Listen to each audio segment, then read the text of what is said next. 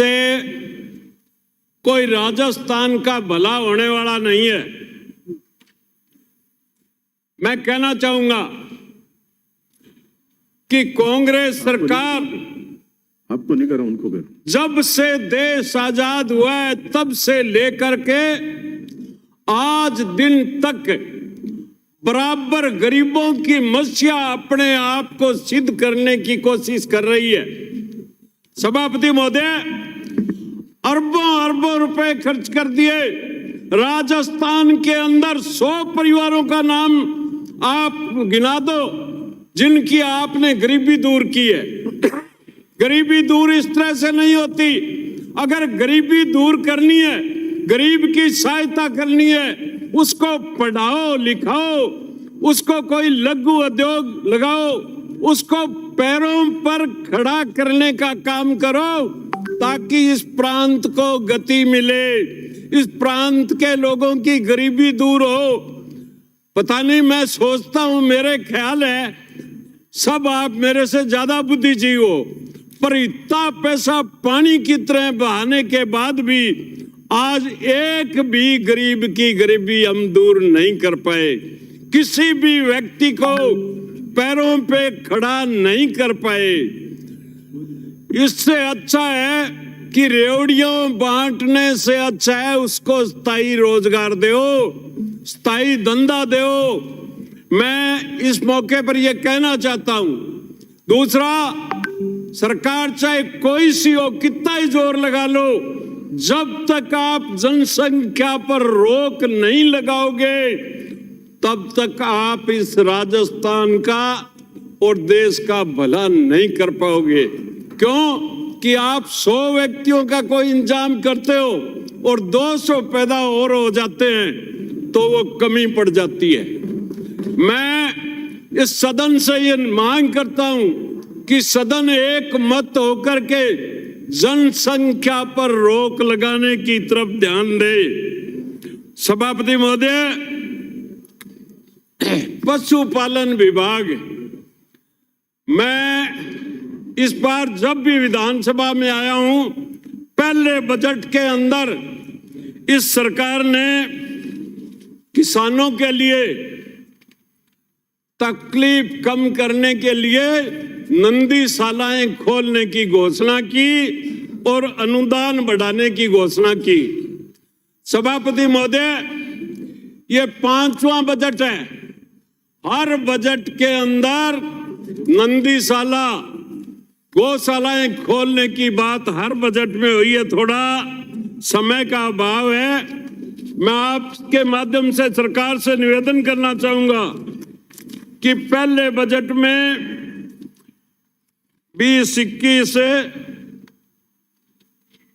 19-20 में पेज संख्या 8, 9, पैरा संख्या 30 और 31, इस वर्ष हमने गोपालन विभाग के बजट में 145% की बढ़ोतरी की है। फिर भी गौवंश संरक्षण हेतु गौशालाओं को दी जाने वाली राजकीय सहायता के अलावा और वित्तीय सबल प्रदान करने की आवश्यकता है।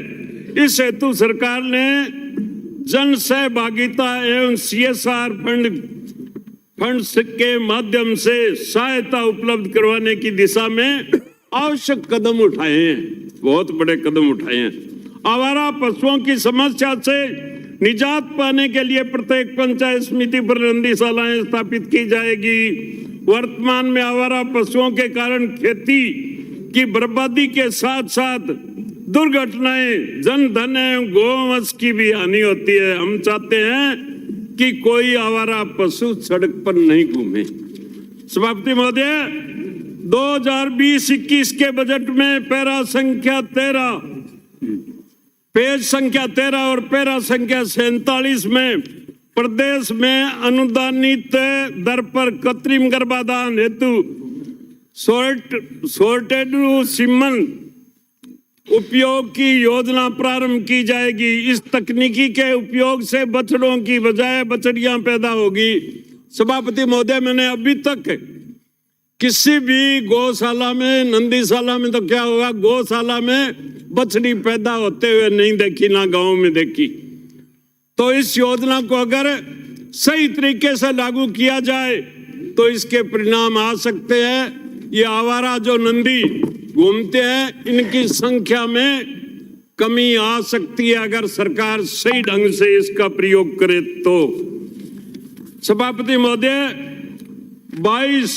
21-22 पेज संख्या 33 और 34, पैरा संख्या 87 और 97 प्रदेश की गौशालाओं व पशुपालकों को उनके घर के ही पास आपातकालीन पशु चिकित्सा उपलब्ध करवाने के लिए 108 एम्बुलेंस की तर्ज पर 102 मोबाइल वेटरनरी सेवा शुरू करने की बात कही गई है। यानी घोषणाएं बहुत की है और लंपी के अंदर कोई सुई लगाने वाला डॉक्टर कंपाउंडर गांव के अंदर कहीं दिखाई नहीं दिया। बातें बहुत बड़ी बड़ी करते हो। हमने प्रत्येक ब्लॉक में नंदीशाला बनवाने की घोषणा की थी। इस कार्य को और व्यापक रूप से करने की दृष्टि से अब इन नंदीशालाओं को 1,50,00,000 रुपए मंडल के आधार पर बनाया जाना प्रस्तावित है। इस हेतु आगामी वर्ष में 111 करोड़ रुपए की राशि खर्च की जाएगी। कहां खर्च हुई है अभी तक तो राजस्थान में कहीं नजर आई नहीं। 2022-23 पेज संख्या 86 और 88, पैरा संख्या 156, 159 पर फिर आपने कहा हमने ग्रामीण कृषकों साथियों को आवारा पशुओं की समस्या से निजात दिलाने की दृष्टि से ब्लॉक स्तर पर 1,57,00,000 रुपए प्रति नंदीशाला उपलब्ध कराने का प्रावधान किया है। सभापति महोदय, ज्यादा लंबा पढ़ूंगा तो फिर आप टोकोगे। स्वयं सेवी संस्थाओं को आह्वान करना चाहूंगा कि वे इस महत्वपूर्ण पुनीत कार्य के लिए आगे आए। आगामी वर्षों में जिन ग्राम पंचायतों में गौशाला पशु आश्रय स्थल संचालन करने के लिए सक्षम एनजीओ उपलब्ध होंगे वहां प्राथमिकता से 1 करोड़ रुपए की राशि गौशाला स्थापित करने के लिए दी जाएगी। यानी मेरा कहने का भावार्थ है कि कोई भी वर्ष ऐसा नहीं गया, कोई भी बजट ऐसा नहीं गया जहां आपने नंदीशालाओं की घोषणा किए बिना रहे हो। और सभापति महोदय, इतना नहीं, इस सदन के अंदर सर्वप्रथम बार मांग की थी मैंने और शपथ ली थी कि जब तक बेसहारा पशुओं का सरकार इंतजाम नहीं करेगी तब तक मैं चुप नहीं बैठूंगा। और सदन के काफी सदस्यों ने मेरे को साथ दिया, काफी मेरे पक्ष में बोले। और मैंने सरकार से कहा कि पैसे का अभाव है तो आप शराब पे टैक्स लगाओ, स्टाम्प ड्यूटी बढ़ाओ। 2 मिनट में समाप्त करें। सभापति महोदय, क्या बोल रहे हैं? सभापति महोदय, मैं ये निवेदन करना चाहता हूं कि सरकार ने टैक्स लगा दिया, शराब पे लगा दिया, स्टाम्प ड्यूटी बढ़ा दी और वो रकम इतनी हो गई कि आज तक उसका कोई लेखा जोखा नहीं है। अगर नंदीशालाएं खोलते तो बहुत सी नंदीशालाएं खुल सकती थी उस पैसे से। सभापति महोदय, मैं सरकार से निवेदन करना चाहूंगा कि आपने देवस्थान जो है विभाग, उसमें हिंदुओं के मंदिर जो है वो देवस्थान के अधीन है, उनमें इतनी राशि पड़ी है जिसकी कोई सीमा नहीं है। और अगर आप इन नंदीशालाओं पर वो पैसा खर्च करो तो कोई भी व्यक्ति विरोध नहीं करेगा। सभापति महोदय, मैं ये निवेदन करना चाहता हूं कि इसके अलावा भी माननीय विपक्ष के नेता महोदय ने, मैं बोला था उस टाइम, समर्थन करके कहा था कि आप चाहे किसान की 1 लाख रुपए की फसल बिकती है उस पे 5 रुपए 10 रुपए लगाओ तो वो भी सहन करने के लिए तैयार है। दिन रात खेत की रखवाली करने से ये उचित है। सभापति महोदय, अब मैं मेरे क्षेत्र की मांगों की तरफ आना चाहता हूं और तो आप बोलने ही नहीं दोगे।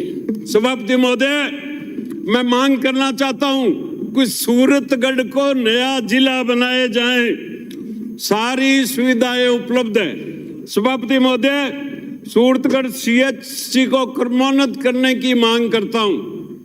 सभापति महोदय, सूरतगढ़ विधानसभा के टिब्बाग क्षेत्र में वर्षों पुरानी मांग एटा सिंगरासर माइनर, पूर्ववर्ती सरकार ने आंदोलन के अंदर किसानों के बीच में जाकर के ये कमिटमेंट किया था कि नहर पक्की होने के बाद में जो पानी बचेगा उसके ऊपर पहला अधिकार सिंगरासर माइनर का होगा।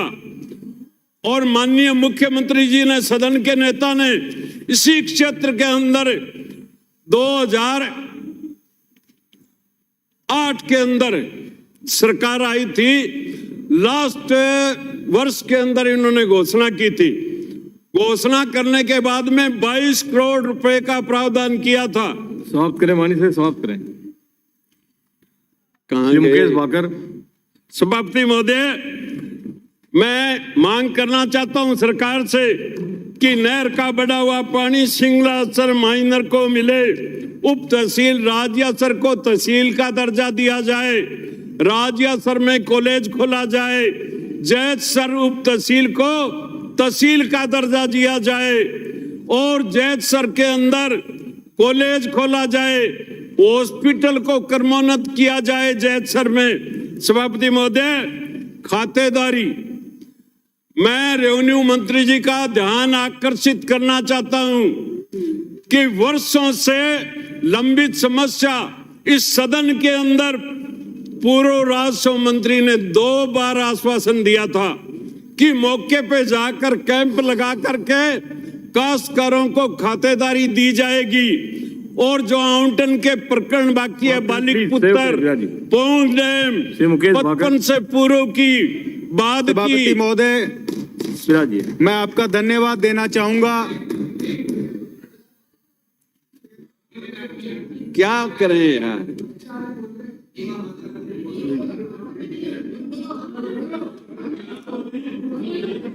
सभापति महोदय, नहीं हूं, भटक जाता हूं। सभापति महोदय, बिराजी प्लीज, बिराजी सेव करें। सभापति महोदय, मैं आपका धन्यवाद देना चाहूंगा। मैं आज बाइकाट करूं पूरा 23-24 पर आपने मुझे बोलने का मौका दिया और क्या करना फिर। सरकार 23-24 का बजट